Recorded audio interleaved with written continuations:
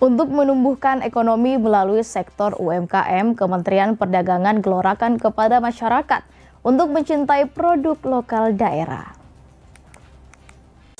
Dalam rangka menumbuhkan perekonomian daerah, Kementerian Perdagangan saat ini sedang gencar menggelorakan kepada masyarakat akan cinta terhadap produk lokal daerah.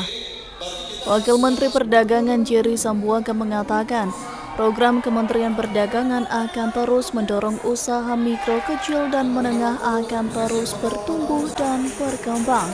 Tidak hanya cuma soal revitalisasi, tapi ada pelatihan pelatihan, ada juga masalah-masalah misalnya contoh pengembangan UMKM, nah itu yang kami bantu. Jadi intinya kami melakukan ini sudah lama, Pak. Jadi tidak hanya baru-baru, kami sejak 2019, 20, 21, 22, 23, bahkan 24. Bahkan waktu COVID, kami Kemendak ada namanya Kemendak Peduli. Kami memastikan program-program sembako murah itu datang ke masyarakat, bahkan dikasihkan gratis. Artinya ini memastikan supaya masyarakat diharapkan dengan adanya sosialisasi cinta produk lokal dapat menumbuh kembangkan usaha mikro, kecil, dan menengah yang saat ini sedang merintis di Provinsi Sulawesi Utara.